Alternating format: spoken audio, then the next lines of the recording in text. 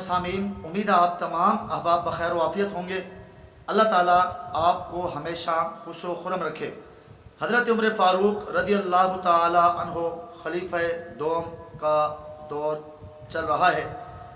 آپ رضی اللہ تعالی عنہ ایک محفل میں تشریف فرما ہے کہ ایک آدمی آیا اور آ کر آپ کی مجلس میں بیٹھ گیا۔ آپ کی مجلس میں موجود پہلے سے بہت سارے افراد میں سے دو آدمی کھڑے ہوئے اور کہنے لگے، امیر المومنین، یہ آنے والا انسان ہمارے باپ کا قاتل ہے، آپ اس سے ہمیں قصاص کا بدلہ لے کر دیجیے۔ حضرت عمر فاروق رضی اللہ تعالی عنہ جو عدل و انصاف کے پیکر تھے، انہوں نے اس آنے والے انسان کو کھڑا کیا اور ماجرا پوچھا کہ کیا واقعتاً یہ بات حقیقت پر مبنی ہے؟ تو اس آدمی نے کہا، اللہ کے بندے نے کہا، جی ہاں، یہ بات حقیقت پر مبنی ہے۔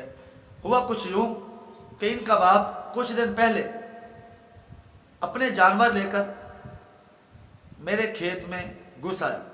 میں نے منع کیا، منع کرنے کے باوجود جب وہ باہر نہ نکلا تو میں نے ایک روڑا اٹھا کر، ایک پتھر اٹھا کر ان کے جانوروں کو بھگانے کے لیے جانور کی طرف پھینکا، لیکن وہ پتھر ان کے باپ کو لگا اور اللہ کی کرمی ایسی ہوئی کہ ان کا باپ اس دار فانی سے کوچ کر گیا۔ حضرت عمر فاروق رضی اللہ تعالیٰ عنہ نے ارشاد فرمایا کہ اس کا بدلہ تو قصاص ہے، بدلے میں آپ کو قتل کیا جائے گا۔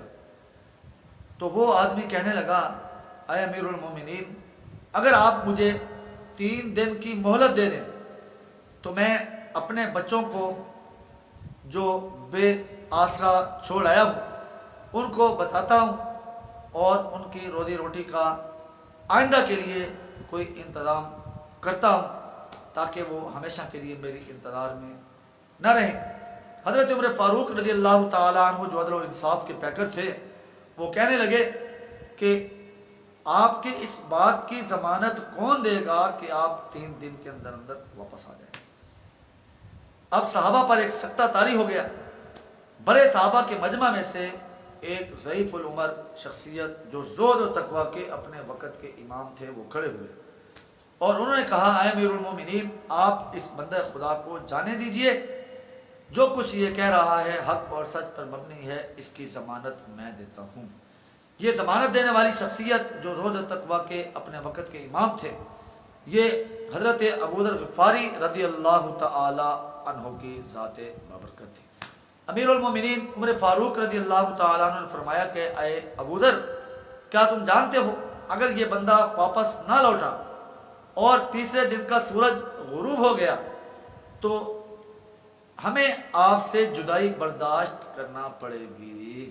مطلب یہ تھا کہ قصاص میں پھر اس کی جگہ پر آپ کو قربان ہونا پڑے گا۔ حضرت ابو ذر غفاری نے فرمایا، ٹھیک ہے، میں اس کی ضمانت دینے کے لیے تیار ہوں۔ اس بندہ خدا کو 3 دن کی مہلت دے کر اپنے بچوں کی طرف، اہل و عیال کی طرف بھیج دیا گیا۔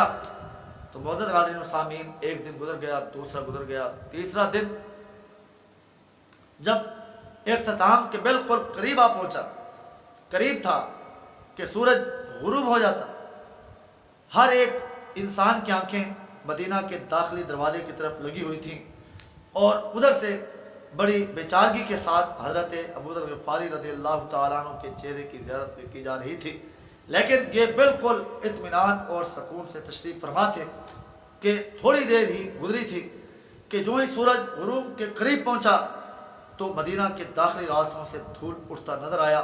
اچانک وہ نوجوان سامنے آ نمودار ہوا اور اس نے آ کر پورے مجمع کو حیران و پریشان کر دیا۔